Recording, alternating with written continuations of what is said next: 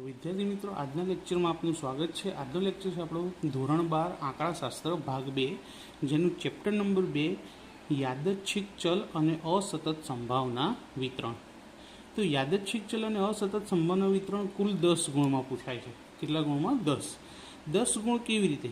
તો સેક્શન એની અંદર એક વિકલ્પ પૂછાશે જેનો 1 ગુણ રહેશે. સેક્શન બીમાં એક વાક્યનો સવાલનો જવાબ પૂછાશે જેનો 1 ગુણ રહેશે. સેક્શન સીમાં 2 દાખલા પૂછાશે, પણ 2માંથી કોઈ એક ગણવાનો રહેશે. ઓપ્શન હશે અહીંયા આગળ તમારી પાસે.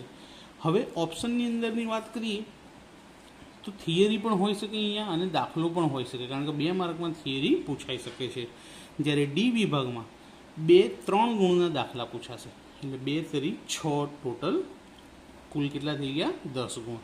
તો આ રીતે એ, બી, સી અને ડી, ઈ અને એફ વિભાગમાં, એટલે કે 4 અને 5 માર્કમાં આ ચેપ્ટર પૂછાતું નથી. યાદચ્છિક ચલ. ધારો કે એક યાદચ્છિક પ્રયોગનો નિદર્શ અવકાશ યુ છે, એટલે કે કુલ ટોટલ પરિણામ એના યુ છે.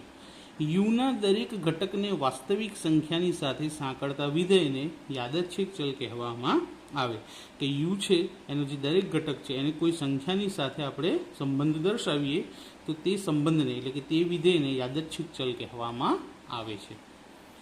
યાદચ્છિક ચલ છે તેને સંકેતમાં કેપિટલ એક્સ વડે દર્શાવાય છે.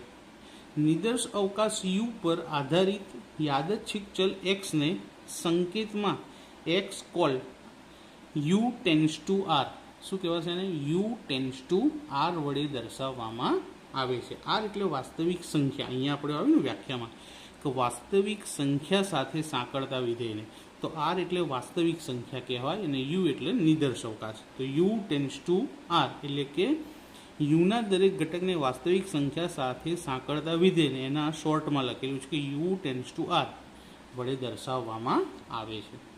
હવે યાદચ્છિક ચલનો પહેલો પ્રકાર અસતત યાદચ્છિક ચલ. હવે આપણે આની પહેલાંના ધોરણમાં 2 માહિતી શીખી ગયા છે, અસતત માહિતી અને સતત માહિતી. તો અસતત માહિતીમાં આપણી પાસે આંકડાકીય અવલોકન હોય, જેમાં વર્ગ હોતા નથી. દાખલા તરીકે અસતત માહિતીમાં આપણને કેવું આવતું હતું કે કોઈ કુટુંબમાં બાળકોની સંખ્યા, છોડની સંખ્યા, તો એની અંદર અવલોકન આપ્યા હોય અને જોડે આવૃત્તિ આપી હોય, વર્ગ આપેલા હોય નહીં. તો જે યાદચ્છિક ચલ એક્સ વાસ્તવિક સંખ્યાગણ આરની શાંત સંખ્યામાં અથવા તો અનંત કિંમતો ધારણ કરી શકે. શાંત કિંમત એટલે કેવી? કે જે ગણી શકાય, અને અનંત કિંમતો એટલે કેવી? કે જે ગણી શકાય નહીં. તેમ હોય તો તેવા ચલ એક્સને અસતત યાદચ્છિક ચલ કહે છે. એટલે કે ડાયરેક્ટ આની કિંમત જ મળે, આનો વર્ગ અંતરાલ મળતો નથી. જેમ કે 0 થી 10, 10 થી 20, 20 થી 30 એવા વર્ગ આમાં આવતા નથી. આમાં ડાયરેક્ટ જ કિંમત મળે. અને કિંમત કેવી હોય? શાંત એટલે ગણી શકાય તેવી હોઈ શકે, અથવા તો અનંત એટલે જે ગણી શકાય નહીં તેવી કિંમત ધારણ કરે તો તેવા ચલ એક્સને અસતત યાદચ્છિક ચલ કહેવામાં આવે છે. આ વ્યાખ્યા અગત્યની છે. ત્યારબાદ સતત ચલ. તો સતતમાં આપણે વર્ગનો ઉપયોગ કરતા હતા કે જે યાદચ્છિક ચલ એક્સ વાસ્તવિક સંખ્યાગણ આરમાં અથવા આરના કોઈ અંતરાલમાં, અંતરાલ એટલે વર્ગ કહેવાય, જેમ કે 0 થી 10, 10 થી 20, 20 થી 30 એવા કોઈ અંતરાલમાં કોઈ પણ કિંમત ધારણ કરી શકે તેવા ચલને સતત યાદચ્છિક ચલ કહે છે. અંતરાલ એટલે વર્ગ આવતો હોય તો સતત, અને વર્ગ ના આવે અને ડાયરેક્ટ અવલોકન મળતા હોય તો અસતત યાદચ્છિક ચલ કહેવામાં આવે છે. પણ બંનેમાં કિંમતો શેમાંથી મળે? વાસ્તવિક સંખ્યા એટલે કે વાસ્તવિક ગણ આરમાંથી જ કોઈ સંખ્યા મળશે. ત્યારબાદ અસતત સંભાવના વિતરણ. અસતત સંભાવના વિતરણમાં ધારો કે X colon U tends to R એ એક યાદચ્છિક ચલ છે જે આરના ઉપગણ, એટલે કે આરના ઉપગણ કે આરની અંદર રહેલા ઘટકો, તો x1, x2 એમ n સુધી અનંત ઘટકો કોઈ પણ હોઈ શકે છે. તો આરના ઉપગણમાંથી જ કોઈ એક કિંમત ધારણ કરી શકે. કે યાદચ્છિક ચલ છે જે આરના ઉપગણમાંથી જ કોઈ એક કિંમત ધારણ કરે. વળી ધારો કે એક્સ એ ધારણ કરેલા કિંમત x1ની સંભાવના p ઓફ x અથવા તો p ઓફ x1 બરાબર xi, i એટલે 1, 2, 3, 4 ગમે તે હોઈ શકે, કેટલી સુધી? n સુધી. અને બીજું કે p of xi greater than 0, એટલે કે સંભાવના હંમેશા 0 કરતાં કેવી મળશે? મોટી મળશે. અને sigma p of xi is equal to 1, એટલે કે બધી જ સંભાવનાઓનો સરવાળો 1 હોય તો વાસ્તવિક કિંમતોના ગણ x1, x2, x3 એમ કરતાં કરતાં xn અનંત અને તેની સંભાવનાઓનો ગણ તો p of x1, p of x2 કરતાં કરતાં અનંત સુધી p of xn ને યાદચ્છિક ચલ xનું અસતત સંભાવના વિતરણ કહે છે. આ જે વ્યાખ્યા લખી એને આપણે શોર્ટમાં કોષ્ટક તરીકે પણ લખી શકાય આ રીતે કે તેને કોષ્ટક સ્વરૂપમાં નીચે મુજબ કે x = x તમે કેપિટલ લખો કે સ્મોલ લખો એક જ કહેવાશે. તો x1, x2 આપણા અવલોકન છે, x3, x4, x5 n સુધી કેટલા અવલોકન હશે આપણને ખબર નથી એટલે આપણે xn સુધી લઈએ. અને તેની સંભાવના તો x1 ની p of x1, x2 ની p of x2 M p of x3, x4, x5 એમ કરતાં કરતાં છેલ્લા xn ની સંભાવના p of xn થાય. તો આ કોષ્ટક છે તેને આપણે સંભાવના વિતરણ કહી શકાય. કેવું? અસતત સંભાવના વિતરણ. દાખલાની અંદર આ કોષ્ટક બનાવવાનું પૂછાય છે ઘણી બધી વખત. તો આ IMP છે. કોષ્ટકની અંદર p of x એટલે કે આ બધી જ જે સંભાવના છે એ સંભાવના 0 કરતાં મોટી હશે અને 1 કરતાં કેવી હશે? નાની. અને i બરાબર 1, 2, 3, 4, 5, 6 એમ ગમે તેટલી સંખ્યા હોઈ શકે છે. અને આના પરથી એક IMP સૂત્ર મળે છે આપણને કે સિગ્મા p of x બરાબર 1. કે આ બધાનું ટોટલ અહીંયા લખી શકાય કે સિગ્મા p of x અને આ બધાનું કુલ ટોટલ કેટલું થવું જોઈએ? સંભાવનાઓનું 1 થવું જોઈએ. 1 થી વધારે પણ નહીં કે 1 થી ઓછું પણ નહીં. કેવું સૂત્ર છે? IMP. ત્યારબાદ યાદચ્છિક ચલ xનો મધ્યક. મધ્યક એટલે આપણા મનમાં સૌથી પહેલાં x બાર જ આવશે, પણ અહીં યાદચ્છિક ચલ xના મધ્યકને x બાર કહેવામાં આવતો નથી. તો અસતત યાદચ્છિક ચલ xના મધ્યકને મ્યુ શેના વડે દર્શાવાય છે? મ્યુ વડે. આને શું કહેવાય? મ્યુ. હું અહીંયા આગળ લખી દઉં મ્યુ. શેના વડે દર્શાવાય છે? મ્યુ. અથવા e of x વડે દર્શાવવામાં આવે છે. તો મધ્યકની બે સંજ્ઞા છે. યાદચ્છિક ચલ xના મધ્યકની કેટલી સંજ્ઞા? બે, મ્યુ અને e of x. તો મ્યુ અને e of x શોધવા માટેનું સૂત્ર sigma x into p of x. Sigma x into p of x. આ પણ કેવું સૂત્ર છે? IMP સૂત્ર છે. આ બધા સૂત્રો જે આજે ચાલશે એ સૂત્રો નહીં આવડે તો તમને 2.1 આવડશે નહીં. માટે આ સૂત્રો ખાસ તૈયાર રાખજો. આ કિંમતને અસતત ચલ xની અપેક્ષિત કિંમત પણ કહેવામાં આવે છે. અપેક્ષિત કિંમત એટલે શું કહેવાય? એને મધ્યક જ કહેવાય. અપેક્ષિત કિંમત શોધે એવું કીધું હોય તો પણ તમારે શું શોધવું પડશે? મધ્યક એટલે કે મ્યુ જ શોધવું પડશે. અને એનું સૂત્ર શું? ફરી એકવાર sigma x into p of x. આ જ રીતે યાદચ્છિક ચલ xનો વિચરણ. વિચરણ આવે ત્યારે આપણે 11મા ધોરણની અંદર શીખી ગયા હતા એસનો સ્ક્વેર આવે, વિચલન હોય તો એકલો એસ આવશે. પછી આપણે ભાગ 1માં પણ વિચલન અને વિચરણ શીખી ગયા, એસ ઓફ એક્સ અને એસ ઓફ એક્સનો સ્ક્વેર. પણ અહીંયા એ સંજ્ઞાઓ નહીં આવે.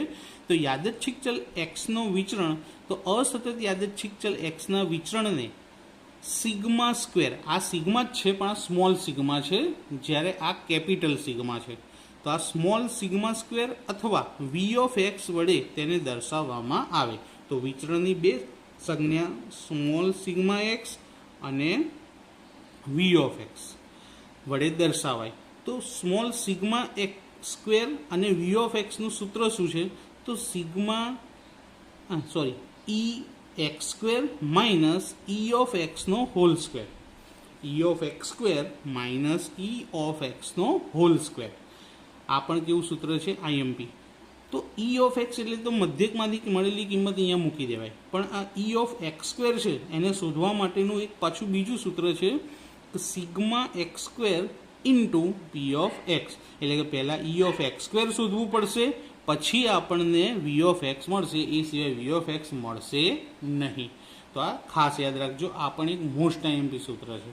ત્યારબાદ મોસ્ટ આઈએમપી થિયરી, બર્નોલી પ્રયત્નો. કેવી થિયરી છે આ? આઈએમપી. ધારો કે એક દ્વિવિધ વિકલ્પવાળા યાદચ્છિક પ્રયોગનું બે શક્ય પરિણામો એટલે કે સફળતા અને નિષ્ફળતા એટલે કે સક્સેસ અને ફેલિયર. સફળતા એટલે સક્સેસ અને નિષ્ફળતા એટલે ફેલિયર. તો બે દ્વિવિધ વિકલ્પવાળા યાદચ્છિક પ્રયોગનું બે શક્ય પરિણામો સફળતા અને નિષ્ફળતા છે. જો આ પ્રયોગનું સમાન પરિસ્થિતિ હેઠળ પુનરાવર્તન કરવામાં આવે અને દરેક પ્રયત્ને આપણને સફળતા મળે, એની સંભાવના અચળ હોય, તો તો આવા પ્રયત્નોને બર્નોલી પ્રયત્નો કહેવામાં આવે. એટલે કે જ્યારે પણ પ્રયોગ કરવામાં આવે ત્યારે સફળતા મળવાની સંભાવના હંમેશા સમાન મળે, તો તેવા પ્રયત્નોને કેવા પ્રયત્નો કહેવામાં આવે? બર્નોલી પ્રયત્નો કહેવામાં આવે છે. ખાસ યાદ રાખજો વ્યાખ્યા. ત્યારબાદ બર્નોલી પ્રયત્નના ગુણધર્મો. ગુણધર્મોમાં પણ 2 માર્કની અંદર પૂછાવાની શક્યતા છે કે દરેક બર્નોલી પ્રયત્નને મળતી સફળતાની સંભાવના અચળ હોય છે. એટલે કે દરેક વખતે સફળતાની સંભાવના એક જ સરખી મળશે, બદલાશે નહીં, એટલા માટે એને અચળ કહેવાય છે. બર્નોલી પ્રયત્નો પરસ્પર નિરપેક્ષ છે. એટલે કે 2 પ્રયત્નો અલગ અલગ હોય તો બંને પ્રયત્નોને એકબીજાની સાથે લેવા દેવા નથી. જેમ કે સિક્કો ઉછાળવાનો પ્રયોગ છે. જો પહેલી વાર સિક્કો ઉછાળે અને સમજો કે સિક્કા ઉપર છાપ મળી, તો બીજી વખત સિક્કો ઉછાળીશું તો એની ઉપર છાપ મળે કે કાંટો, આગળના પ્રયોગથી એને કોઈ જ લેવા દેવા નથી, તો એ નિરપેક્ષ કહેવાય. એટલે કે કોઈ પણ પ્રયત્ને મળતી સફળતા કે નિષ્ફળતા તેની અગાઉના પ્રયત્ને મળેલ સફળતા કે નિષ્ફળતા ઉપર આધાર રાખતી નથી. એટલે કે બર્નોલી પ્રયત્નો પરસ્પર નિરપેક્ષ છે. આ બીજું વાક્ય એને સમજાવવા માટે લખેલું છે. ત્યારબાદ ત્રીજું, સફળતા અને નિષ્ફળતા બંને પરસ્પર નિવારક અને નિશેષ ઘટનાઓ છે. બંને પરસ્પર નિવારક અને નિશેષ ઘટનાઓ છે. એનો મતલબ શું થાય કે પી અને ક્યુ આ બંનેનું ટોટલ 1 થાય. પી અને ક્યુનું ટોટલ શું થાય? 1. તો એના ઉપરથી ક્યુનું સૂત્ર, ક્યુ આપણે નિષ્ફળતાની સંભાવના લઈએ અને પી સફળતાની સંભાવના લઈએ. તો ક્યુ શોધવા હોય તો પી સામે લઈ જઈએ તો માઇનસ થઈ જાય, તો 1 - પી. અને આ જ રીતે પી શોધવા હોય તો પી બરાબર તો 1 - ક્યુ. આના પરથી બંને મળે કે બંને સફળતા અને નિષ્ફળતા પરસ્પર નિવારક અને નિશેષ, એટલે બંનેનું ટોટલ કેટલું થાય? 1. તો એના પરથી આ 2 સૂત્રો બને. હવે દ્વિપદી સંભાવના વિતરણ. કયું? દ્વિપદી. ધારો કે n બર્નોલી પ્રયત્નોમાં મળતી સફળતા અને નિષ્ફળતાની શ્રેણીમાં મળતી સફળતાની સંખ્યાને આપણે x વડે દર્શાવીએ. કઈ સંખ્યાને? સફળતા. નિષ્ફળતાથી આપણે કોઈ લેવા દેવા નથી. x વડે દર્શાવીએ સફળતાને, તો xને દ્વિપદી યાદચ્છિક ચલ કહેવામાં આવે. બર્નોલી પ્રયત્નોમાં 2 વસ્તુ હોય, સફળતા અને નિષ્ફળતા. જેમાં સફળતા મળી, કેટલી વખત મળી તો એને x વખત દર્શાવીએ, કે 3 વખત મળી, 4 વખત, એને x વડે દર્શાવીએ, તો તે xને દ્વિપદી યાદચ્છિક ચલ કહેવામાં આવે છે. દ્વિપદી યાદચ્છિક ચલ xનું સંભાવના વિતરણ નીચેના સૂત્રો દ્વારા વ્યાપક રીતે વ્યાખ્યાયિત થાય. મોસ્ટ આઈએમપી સૂત્ર. કેવું સૂત્ર છે આ? Most IMP. કારણ કે આ સૂત્રની મદદથી તમે સ્વાધ્યાય 2.2 કરી શકશો. સ્વાધ્યાય 2.2 માટે. આના વગર આ ચેપ્ટરના 3 માર્ક્સના દાખલા થોડાક અઘરા પડી જશે. એટલે આ સૂત્ર ખાસ યાદ રાખજો. સૂત્ર શું? તો પી ઓફ એક્સ બરાબર NCX. NCX, સી એટલે સંચય. 11મા ધોરણમાં ભણી ગયા છે અને આની આગળ સંભાવના ચેપ્ટરમાં પણ આપણે આના વિશે ચર્ચા કરી ચૂકેલા છીએ. તો NCX ઇન્ટુ પીની એક્સ ઘાત ઇન્ટુ ક્યુની n-x ઘાત. જ્યાં એક્સની કિંમત 0, 1, 2, 3, 4, 5, 6, 7, 8 અનંત n સુધી કોઈ પણ હોઈ શકે છે. ત્યારબાદ અભી હાલ મેં તમને બર્નોલી પ્રયત્નમાં સમજાવ્યું તે સૂત્ર કે p + q = 1. અને આના પરથી પીનું સૂત્ર મળે 1 - ક્યુ અને ક્યુનું સૂત્ર મળે 1 - પી. જ્યારે પીની કિંમત એટલે કે સફળતાની સંભાવના હંમેશા 0 કરતાં મોટી અને 1 કરતાં નાની હશે. 0 પણ નહીં મળે અને 1 પણ નહીં મળે. જો સફળતા 1 મળી જાય તો કશું શોધવાનું બાકી રહે નહીં, કારણ કે કોઈ નિષ્ફળતા હોય જ નહીં. દરેક વખતે સફળતા જ મળે આપણને. તો આ યાદ રાખવાનું કે પીની કિંમત 0થી મોટી અને 1 કરતાં નાની હશે. અને આ સૂત્ર પણ મોસ્ટ આઈએમપી અને આ પણ ખૂબ જ અગત્યનું છે. આના પરથી પી અને ક્યુ મળશે. પી ઉપરથી ક્યુ શોધી શકાશે અને ક્યુ ઉપરથી પી શોધી શકાશે. અને આ બંનેની કિંમત સૂત્રમાં મૂકવાની છે. એટલા માટે જો આ સૂત્રથી દાખલો ગણવો હોય તો આ વસ્તુ યાદ રાખવી પડશે. અહીં ધન પૂર્ણાંક n તથા સફળતાની સંભાવના p જ્ઞાત હોય, એટલે કે nની કિંમત આપણને ખબર હોય અને pની કિંમત જો આપણને ખબર હોય, તો સમગ્ર સંભાવના વિતરણ એટલે કે xની પ્રત્યેક શક્ય કિંમતની સંભાવનાને આપણે જાણી શકીએ છીએ. તો આગળનું જે સૂત્ર હમણાં બતાડ્યું મેં તમને, એના માટે આપણને n અને pની સંજ્ઞા એટલે કે એની કિંમત ખબર હોય તો આપણે દરેકે દરેક શક્ય કિંમતની સંભાવના, સફળતાની સંભાવના જાણી શકાય છે.